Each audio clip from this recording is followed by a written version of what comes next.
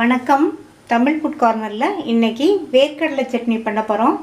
இதனுடைய சுவை ரொம்ப ரொம்ப நல்லாயிருக்கும். இப்போ எப்படி பண்ணுறதுன்னு பார்க்கலாம். அரை கப் வேர்க்கடலையை இந்த கடாயில் சேர்த்துட்டு நிதானமான தீயில் வச்சு கருகிடாமல் வறுக்கணும். ஹை ஃப்ளேமில் வச்சு வறுத்தோம்னா இந்த வேர்க்கடலை கருகி போயிடும். அப்புறம் சட்னியோட சுவை மாறிடும். வறுத்துக்கலாம்.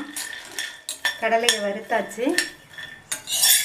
இதை இந்த பிளேட்டில் எடுத்து வச்சு ஆறுனதுக்கப்புறமா தோலை எடுத்துடலாம். கடாயில் 1 டீஸ்பூன் எண்ணெய் விட்டு சூடாயிடுச்சு. அதில் 2 டீஸ்பூன் கடலைப்பருப்பு, 2 டீஸ்பூன் உளுந்தம்பருப்பு, இந்த 2 பருப்பையும் பொன்னிறமாக வர வரையும் வறுத்துக்கணும். சேர்த்த பருப்பு பொன்னிறமாக வறுபட்டுருச்சு. அது கூட 3 பச்சை மிளகாவை கீறி வச்சுருக்கேன்.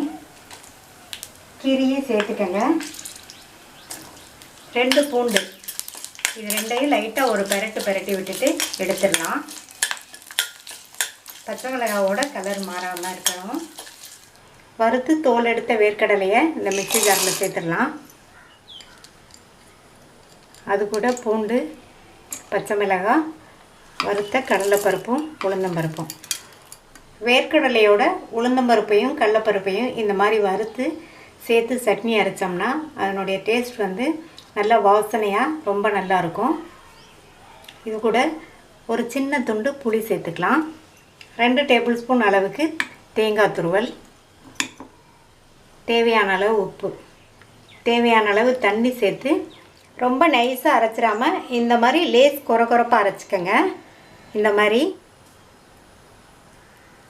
சட்னி தாளிப்பு போடுறதுக்கு கொஞ்சமாக எண்ணெய் விட்டுருக்கேன். சூடாயிடுச்சு. அதில் கொஞ்சம் கடுகு உளுந்து,